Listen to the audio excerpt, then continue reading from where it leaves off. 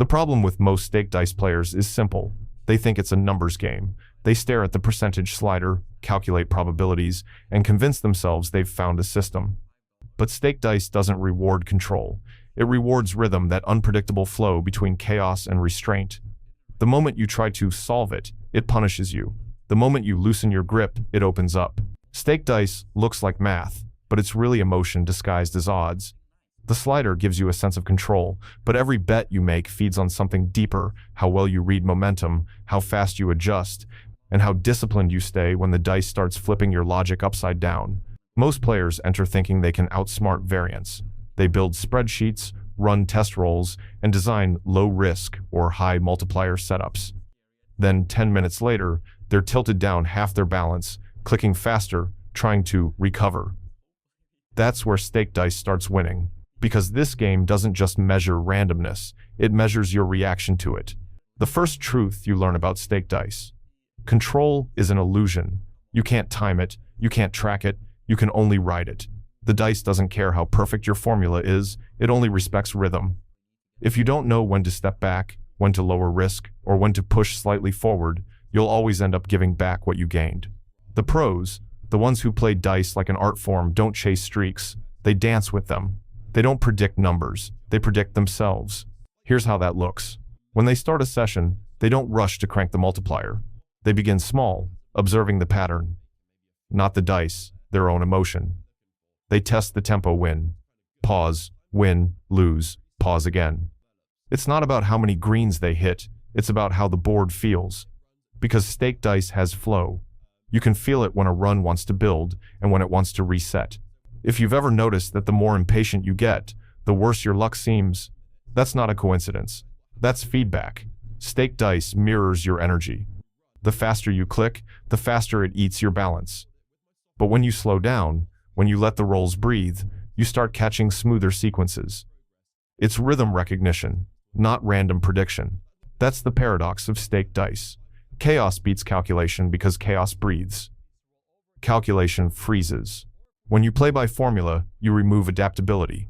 You start reacting too late because you're committed to your system. When you play by rhythm, you stay light, flexible, alive. That's where the edge lives, not in math, but in momentum management. Smart players use what's called progressive pacing. It's not martingale, it's not chasing, it's adjusting bets slightly, just enough to feel the board's temperature.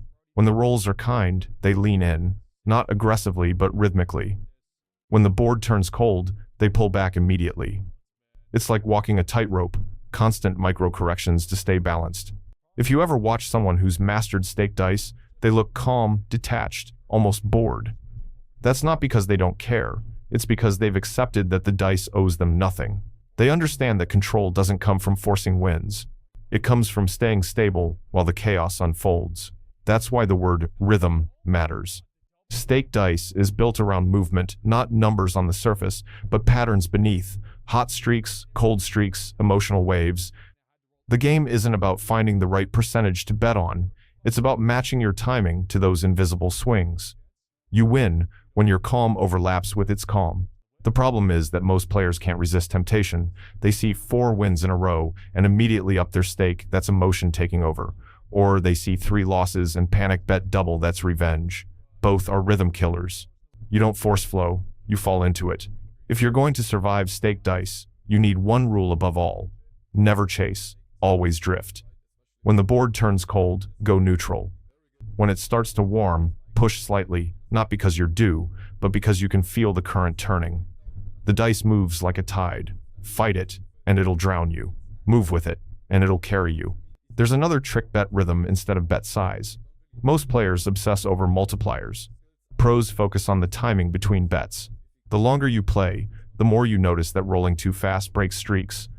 The RNG doesn't care about superstition, but your brain does. When you pause, you reset expectation, and that small break, half a second longer, keeps emotion out of your next roll. Every player who's ever made long-term profits on stake dice will tell you the same thing. Your enemy isn't the game, it's your pulse. The faster it races, the faster your money disappears. So the next time you play, stop staring at the dice. Start listening to yourself. Are you breathing slower? Are you still making conscious bets? Or are you clicking blindly, hoping the odds flip in your favor? Because that's the difference between rhythm and randomness. You can't beat stake dice with calculation because calculation assumes fairness. But fairness doesn't exist in momentum games. The dice can give you 10 greens in a row and then 10 reds right after it's built that way. What decides your outcome isn't how many greens you hit, it's how you handled the reds. That's why chaos wins. Chaos doesn't need to be right, it just needs to adapt faster than calculation. At its core, stake dice is a study of human behavior. The dice doesn't care about probability, it cares about rhythm disruption. Every time you lose control, it capitalizes. Every time you relax into flow, it gives back a little. And that's why pros talk about it like an art, not a system. They don't say, I calculated this. They say, I felt that. If that sounds strange, it's because you've been taught to see gambling as math. But real survival in crypto casinos isn't about odds, it's about emotional architecture. How long can you stay patient? How deeply can you manage impulse? How far can you stretch one rhythm before it snaps? The dice will always roll the way it wants. But your rhythm, that's the only thing you control. Stake dice rewards chaos, because chaos means freedom.